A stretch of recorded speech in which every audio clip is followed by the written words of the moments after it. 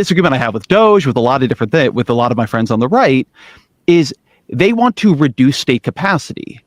I come at this from as a liberal who wants the state to accomplish very difficult things: decarbonizing the economy, building enough affordable housing, including, by the way, public housing, building mass public infrastructure, things like high-speed rail or the Big Dig or the Second Avenue subway here in New York City.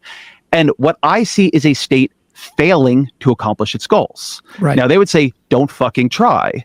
I would say, fix the state. And one issue with the state is that it has become so highly regulated, not in terms, I find that when I use the term deregulation, like people's brains turn off because they think of deregulation as something that the state does for the market. But no player is more highly regulated than the state itself, often by Republicans, often because of power in the way that you would define it.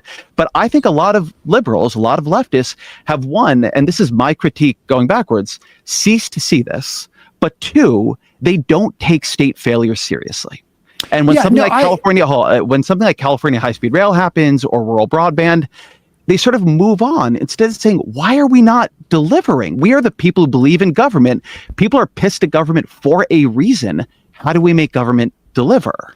See, and I think and I think in terms of results, I think you and I are largely aligned. But I think the problem is, and you bring up Doge, and it's ironic that you and Carney will approach it in a very similar way, but anticipate different outcomes.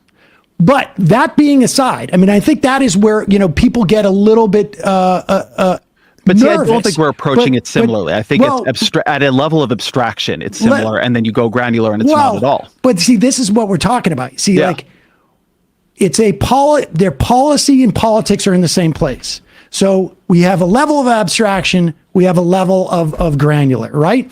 And the point is the way that these two commingle, I think, becomes problematic, where these two things meet, because your identification of the primary problem, right? I mean, this is the point. Like you don't address moneyed interest per se in the book.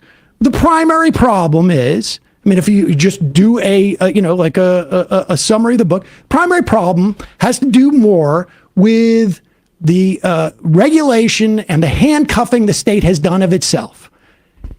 But the state doesn't do it itself. Like, all of this handcuffing comes from a place, and it's either moneyed interest or it's not. And I have no doubt that at different times. This is where I think you've really oversimplified politics.